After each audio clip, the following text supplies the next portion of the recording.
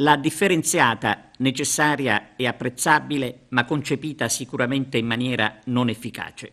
Ad Agrigento la differenziata fa l'ennesimo flop, con la gente inferocita per un disservizio che la dice lunga sul modo di gestire l'importante servizio. Dopo aver lanciato un roboante annuncio secondo il quale nella giornata di domenica, cioè ieri, si sarebbe recuperato il turno di ritiro del secco residuo, i cestelli di colore grigio sono rimasti davanti a moltissime abitazioni perché la raccolta è stata solo parziale, considerato che i mezzi si sono riempiti.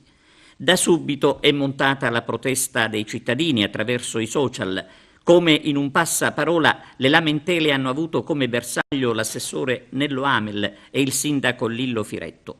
Tutti a invocare le dimissioni, anzitutto dell'assessore Amel, ritenuto il principale responsabile dello sfacelo che sta creando seri problemi igienico-sanitari. Mai si era vista la città così sporca e il guaio è proprio quello che nulla viene fatto in concreto per uscire da questo squallore, se non programmare interventi che nel giro di poche ore si trasformano, così come è avvenuto ieri, in una ulteriore beffa per i cittadini.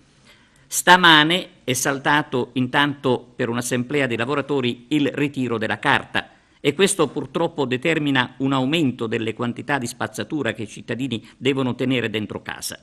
Una situazione che determinerà il classico cane che si morde la coda, in quanto i mezzi, quando riprenderanno la raccolta, si riempiranno immediatamente, andando incontro ad un altro disastro. Intanto monta il malessere tra la gente che non intende più sopportare in silenzio una situazione che va oltre alla vergogna. Così si rincorrono le voci di una plateale protesta da tenersi davanti al comune, una protesta civile ma ferma per denunciare l'insostenibile situazione. Anche perché, così stando le cose, dopo la raccolta straordinaria di ieri fallita sul nascere, qualcosa bisogna farla per avere garantita la dignità dei cittadini. È chiaro che il vero problema non sono gli incivili, che vanno comunque perseguiti. Il vero problema sembra la mancanza assoluta di idee e di organizzazione per superare l'emergenza. Ieri neppure i vigili urbani sapevano dare risposte alla gente che li chiamava per sapere il perché i cestelli erano rimasti pieni davanti casa. I vigili, giustamente dal canto loro, rispondevano di non essere stati informati su quanto stava accadendo. Come dire che la disorganizzazione al comune di Agrigento è ormai totale.